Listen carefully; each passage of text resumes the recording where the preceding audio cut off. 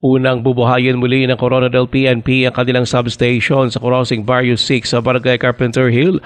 Sa katunayan, ayon kay City PNP Chief Lieutenant Colonel Harold Cornell, nalinis at na-repair na ang mga sira nilang gamit sa nasabing lugar.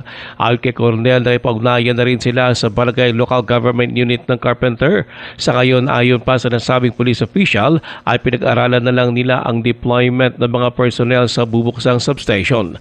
Dagdag pa ni Cornell, pinag-aralan din ng PNP ang paglalagay ng substation sa Barangay Namnama o Sarabia. Target naman ng City PNP na makapaglagay ng 4 na mga substation sa Coronadal.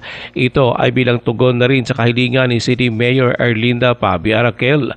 Layo nito na marisolba ang mga krimen, lalo na ang mga insidente ng pamamaril sa lungsod. Lahat po ng mga area na yan ay nailatag na po natin sa ating mayor ng Coronadal City. So nonetheless sir, meron po tayong 4 na substations na i-revive as soon as possible.